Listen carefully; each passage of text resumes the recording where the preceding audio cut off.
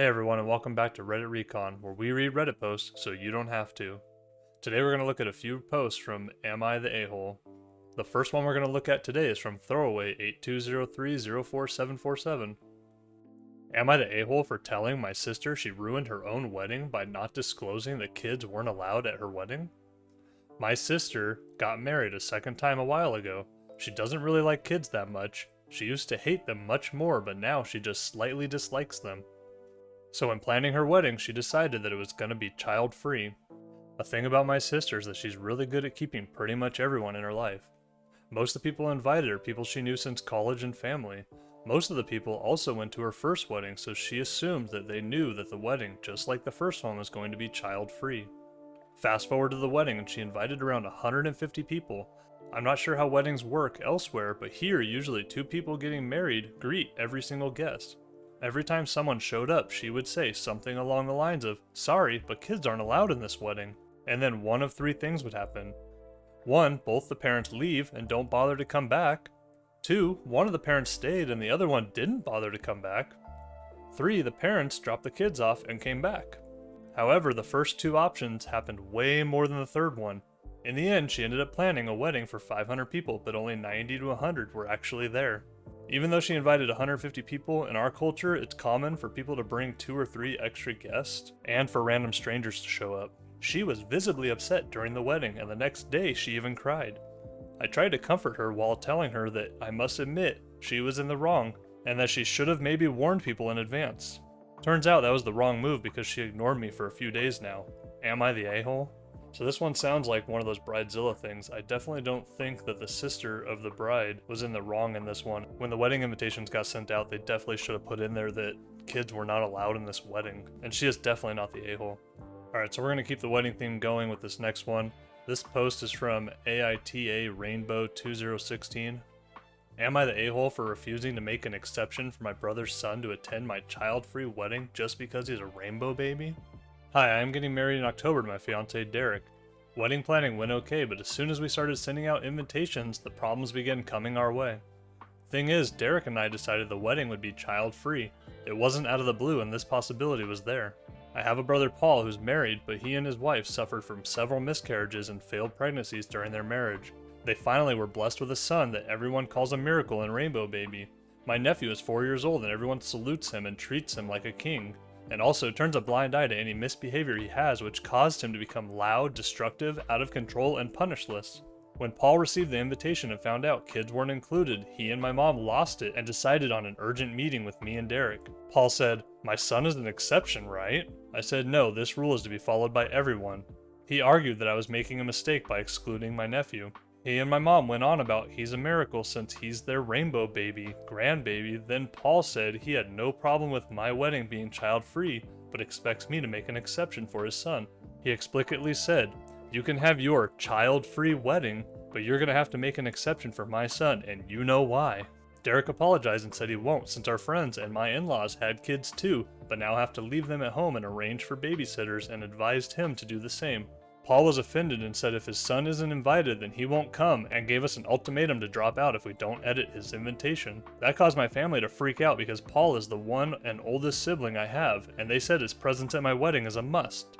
I had an argument with mom and dad who said the fact I'm choosing this to be my hill to die on and treating Paul and my nephew like that was appalling. They emphasized how my nephew is special and I should be ashamed to exclude him even when the wedding is child-free. My parents said if Paul won't come, they won't come either, which devastated me a lot and caused me to break down.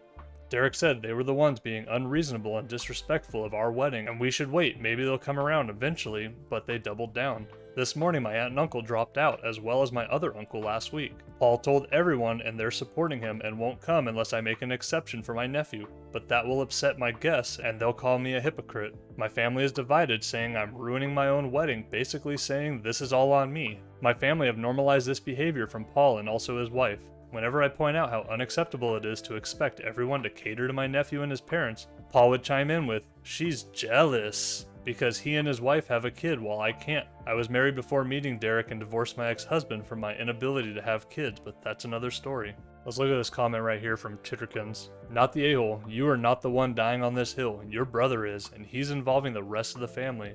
If your family cares more about whether a 4-year-old guest gets to go to a wedding and or reception, which as the only child there won't be any fun for him, than they do about celebrating you and your new husband, then that'll make the decision about which family to spend the holidays with that much easier. You are not being malicious, you are making a decision about your guest lists. Your wedding is about you and your fiancé.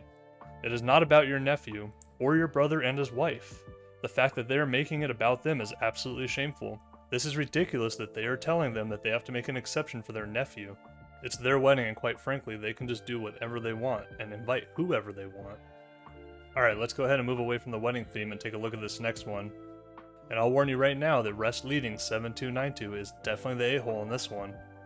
Am I the a-hole for not letting my ex-husband have my deceased daughter's ashes? I am an Indian woman who came to the United States on a student's visa and met my ex-husband Dean. My family wasn't happy about the relationship, but eventually relented when they realized we were serious about each other. I got pregnant a few months into our marriage and gave birth to our daughter Asha. After I gave birth, I developed PPD, and as a result, our marriage suffered and never really recovered. I was on antidepressants. 2 years after her birth, my ex-husband got close to his coworker, Laura, and they began a 2-year torrid affair.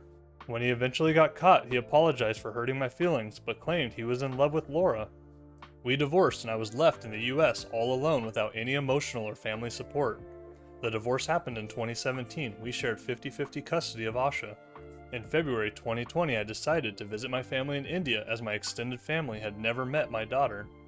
The original plan was to stay in India for 3 months, but the plans changed as the world got locked down. One day my daughter complained of uneasiness and stomach pain after she had her usual lunch. I gave her a digestive enzyme and asked her to rest. When I went in to check on her an hour later, she was gone. I still don't know what happened that day, but after the moment everything was a blur. My sister informed my ex-husband, but because we were shut down, he couldn't come to India for the rituals. I cremated my girl according to Hindu rituals and later immersed her ashes in the Ganges, as per our customs. I have refused to take any calls from ex in the past 1 year. I am still dealing with grief. My ex has reached out to me and wants my address to get some of her ashes. I let my sister convey to him that the ashes have been disposed of as per customs. He is now furious and wants me to come back to the United States and give him some of her toys. I have planned on never going back. He already has some of her clothes and toys. I refuse to directly talk to him. That part of my life is over and done. Am I the a-hole? I realize that people believe I'm the a-hole. I understand and accept the judgment. I didn't ask for advice, and I'm not going to talk to him ever again. We are done. He can hate me, and I don't care. Since he didn't get to be with her in her last days, I'll be sending him a pair of her shoes that he wore during her India visit. My family will contact him regarding the same. Me not talking to him personally is nothing out of the normal. Even when Asha was alive, I kept communication to what the court stipulated. No chit-chat, no weather talk. It was just business. We communicated via email. I have no reason to talk to him now. People can call this being vindictive. I call this my boundary. We'll look at this comment from Jeepers Creepers 74. You are dealing with a lot, and I don't think this sub is the right place for you right now. That said, you asked, and you're the a-hole. I understand you're grieving the loss of your daughter, but so is your ex. You say that what happened to Asha on the day she got sick is a mystery to you, and you were there.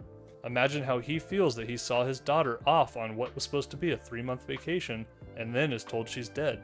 Is then told her remains have been disposed of, and can't even get you to talk to him. If I were him, I would half suspect that Asha is still alive, and the whole thing is a ruse to cut her off from him. Please consider talking to him directly. It may not be as painful as you are anticipating. In fact, it may help you to grieve with one other person who can understand how it feels to have lost your daughter. Yeah, this one's just sad, and while OP is the a-hole, I guess maybe she shouldn't even have bothered posting this here. Alright, that's gonna be it for this one. I hope you enjoyed these stories, and I'll catch you in the next one. Thanks, bye.